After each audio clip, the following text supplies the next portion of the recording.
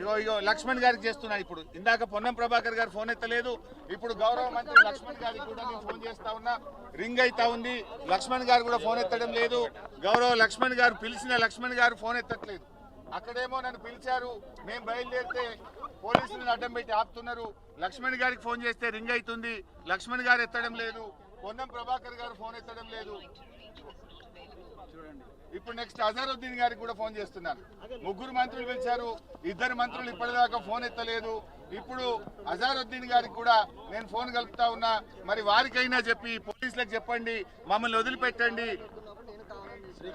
మమ్మల్ని వదిలిపెట్టే మేము చర్చకు అజారుద్దీన్ గారి ఫోన్ రింగ్ అవుతా ఉంది. ఇప్పటిదాకా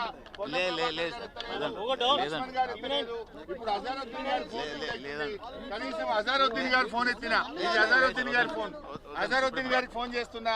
ఒకవేళ అజారుద్దీన్ గారు ఫోన్ ఎత్తితే పోలీసులకు చెప్పండి, మమ్మల్ని వదిలిపెట్టండి, మేము చర్చకు రావడానికి సిద్ధంగా ఉన్నామని.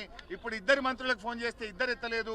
మూడో మంత్రి అజారుద్దీన్ గారు ఫోన్ రింగ్ అవుతా ఉంది, ఆయన కూడా ఫోన్ ఎత్తున్నారు.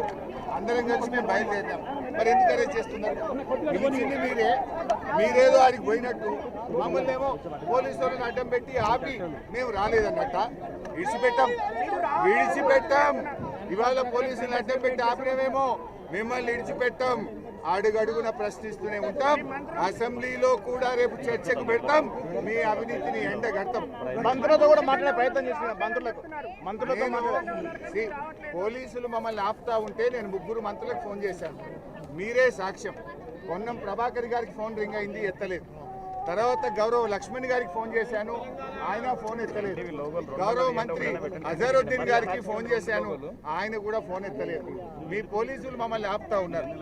మీరు చర్చకు పిలిచారు, మరి ఇది కరెక్ట్ కాదు అని టెలిఫోన్ ద్వారా ముగ్గురి ఫోన్లలో మిస్డ్ కాల్ ఉంటాయి. ఇప్పుడు ఉన్నాయి. ముగ్గురు మంత్రుల పర్సనల్ ఫోన్కి ఫోన్ చేశారు. నా ఫోన్లో డైల్డ్ కాల్ లిస్ట్ ఉంది, వాళ్ళ ఫోన్లలో మిస్డ్ కాల్ ఉంటుంది. అంటే మరి ఎందుకు ఫోన్లు ఎత్తలేరు మంత్రులు? చర్చకు పిలిచింది మీరే అయితే మీ పోలీస్ కమిషనర్ చెప్పి హరీష్ రావును బీఆర్ఎస్ బృందాన్ని అరెస్ట్ చేయొద్దు, పంపించండి అని చెప్పొచ్చు కదా. ఫోన్లు ఎందుకు ఎత్తలేదు నాయి?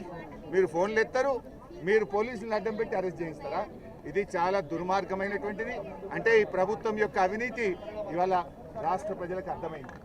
మీరు అవినీతి చేసింది కనుక, స్కామ్లకు పాల్పడ్డారు కనుక, తప్పు జరిగింది కనుక చర్చకు తోకముడ్చారు. చర్చకు మేము వస్తుంటే అడ్డుకున్నారు. ఇప్పుడు మీ భవిష్యత్తు కార్యాచరణ ఏముంటుంది, ఏం చేయబోతారు మీరు? చూస్తాం. మీడియా సాక్షిగా వీళ్ళ అవినీతిని అంతా బయట పెడతాం.